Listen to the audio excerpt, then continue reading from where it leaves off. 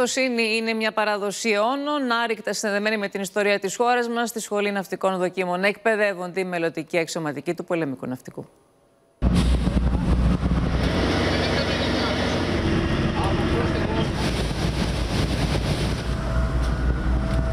Η κάμερα του Sky βρέθηκε στην πυραυλάκα Σιμιτζόπουλος και κατέγραψε την επιχειρησιακή εκπαίδευση της Σχολής Ναυτικών Δοκίμων.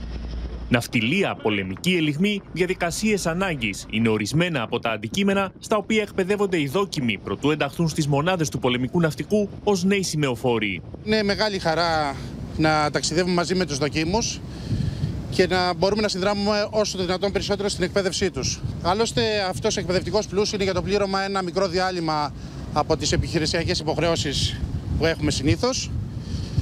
Και η επόμενη μέρα εμάς θα μας ξαναβρει πάλι στο πόστο μας στο Ανατολικό Αιγαίο. Δόκιμοι και πλήρωμα βρίσκονται στις θέσεις τους. Η πυραυλάκατος αποπλέει από τον ναύσταθμο της Σαλαμίνας και ανοίγεται στο πέλαγος. Σήμερα λοιπόν με τους δοκίμους θα εξασκηθούμε σε θέματα ναυτιλίας, στους χειρισμούς του πλοίου, πολεμικών πλοίων ιδιαιτέρως, και σε διαδικασίες ανάγκης. Οι πυραυλάκατοι ανήκουν στα ταχαία σκάφη και είναι οπλισμένες σαν αστακοί. Ο φυσικός τους χώρος είναι το Ανατολικό Αιγαίο, όπου κρύβονται στους βράχους των νησιών και στείνουν τις ενέδρες τους.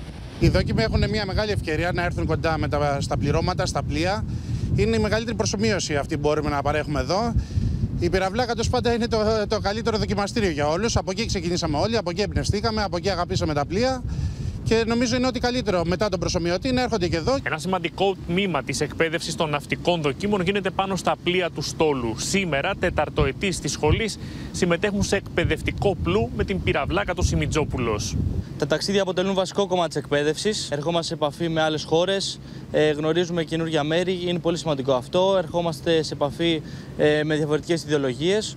Οπότε σίγουρα είναι κάτι το οποίο σου κεντρίζει το ενδιαφέρον.